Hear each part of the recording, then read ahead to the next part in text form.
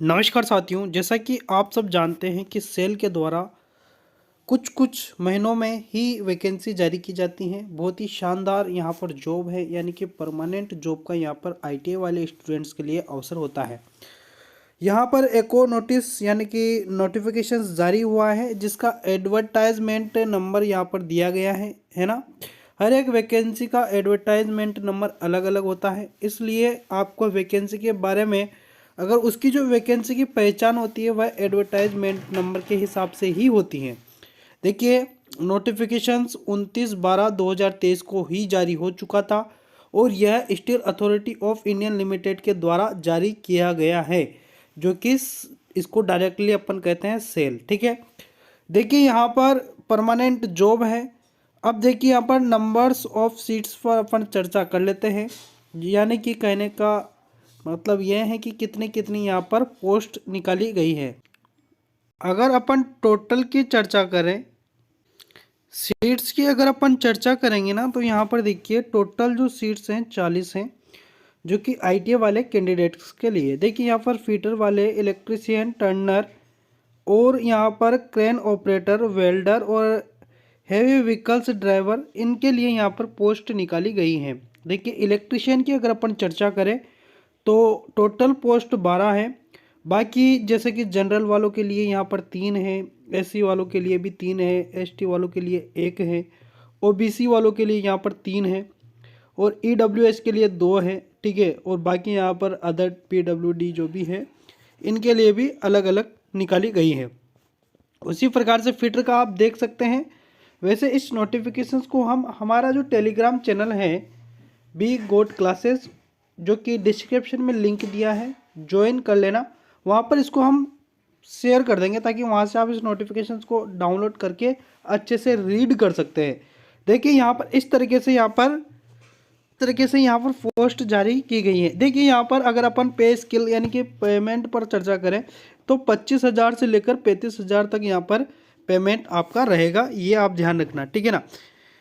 यहाँ पर देखिए आगे अपन बढ़ते हैं तो देखिए यहाँ पर बॉयलर ऑपरेटर के लिए भी वैकेंसी निकाली गई है, जो कि यहाँ पर ऊपर वाले तो डिप्लोमा वालों के लिए हैं और नीचे वाली आईटीआई वालों के लिए है। तो बॉयलर ऑपरेटर अगर आप करना चाहते हैं, ऑपरेट करना चाहते हैं बॉयलर को, तो आप यहाँ पर उनके लिए भी अलग अलग आपकी पोस्ट है। लेकिन एससी एसटी ओबीसी वालों के लिए यहाँ पर कोई ऑप्शन नहीं दिया गया है। बाकी अनरिजर्व वालों के लिए दिया गया है 3-3। तो यहाँ पर ये वाले क्या करेंगे, इनको जो है ना वो जनरल ही फाइट करना पड़ेगा। ठीक है, बाकी यहाँ पर देखिए रिजर्वेशन यानी कि आरक्षण का भी प्रावधान है, जो कि आप खुद रीड कर सकते हैं। ठीक है, बाकी आगे अपन मेन बातों पर देख लेते हैं। यहाँ पर देखिए क्राइटेरिया क्या रहेगा। तो क्राइटेरिया की बात करें तो मैंने अभी आपको पहले बताया ही था कि जैसे कि दो जो थी 3-3 पोस्टें थी ऊपर। देखिए जैसे कि मैं आपको बता दूं, क्योंकि इसको थोड़ा सा इन्होंने उल्टा कर रखा है। ये जो बॉयलर है और ये वाला बॉयलर वाला है ना, ऑपरेटर कम, यानी कि इसमें तो चाहिए डिप्लोमा वाले और इसमें चाहिए आईटीआई वाले, और बाकी जो ऊपर वाली थी ना, इनमें तो सभी में क्या चाहिए, आईटीआई वाले चाहिए। अब क्राइटेरिया क्या है तो उसी पर ही अपन बात करेंगे। तो यहाँ पर ये देखिए ऑपरेटर कम टेक्नीशियन बॉयलर ऑपरेटर, जिसके लिए 30 साल तक की एज का यहाँ पर क्राइटेरिया रखा गया है। और टोटल पोस्टें 3 थी जो कि अपन ने अभी देखी है। और यहाँ पर क्या क्या चाहिए तो देखिए इनके लिए चाहिए मेट्रिकुलर यानी कि 10वीं पास, साथ ही साथ 3 ईयर का डिप्लोमा, किसमें होना चाहिए, मैकेनिकल और इलेक्ट्रिकल, है ना। या तो मैकेनिकल में हो या इलेक्ट्रिकल में हो या केमिकल में हो, है ना, या पावर प्लांट में हो या प्रोडक्शंस ऑफ इंस्ट्रूमेंटेशन में हो, इंजीनियरिंग डिसिप्लिन में हो, या फॉर्म द गवर्नमेंट, यानी कि होना चाहिए कौन सा वाला, गवर्नमेंट वाला होना चाहिए, या first class boiler attend certificate on. आगे देखिए जैसे कि यहाँ पर देखिए ये दूसरा वाला जो है ना, जिसमें 3 पोस्टें थी अटेंड कम टेक्नीशियन, इसमें क्या क्राइटेरिया है तो 10th पास होना चाहिए, आईटीआई होना चाहिए फुल टाइम एनसीवीटी से। ठीक है, फिटर, राइजर या इलेक्ट्रिशियन, टर्नर, किसी से भी हो, यहाँ पर गवर्नमेंट होनी चाहिए आईटीआई, यानी कि साथ ही साथ देखिए यहाँ पर एक और चीज़ दी है, यहाँ पर second class boiler attend certificate भी आपके पास होना चाहिए, ठीक है ना।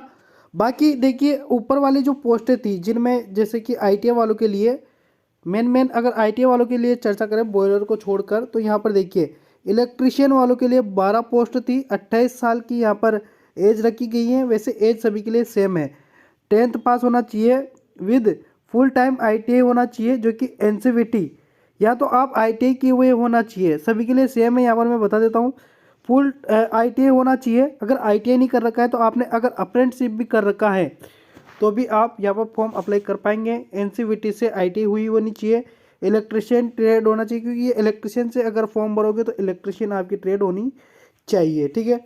उसी प्रकार से यहाँ पर अगर आप सेकंड नंबर पर चर्चा करते हैं अपन यहाँ पर फिटर वालों के लिए, जो कि यहाँ पर 6 पोस्ट है, जो कि 28 साल की एज है, 10th पास होना चाहिए, आईटीआई अप्रेंटिसशिप या तो आईटीआई होना चाहिए या अप्रेंटिसशिप आपका होना चाहिए, ठीक है ना, दोनों में से एक होना चाहिए, ठीक है।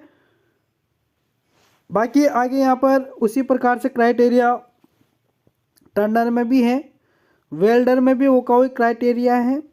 और यहाँ पर देखिए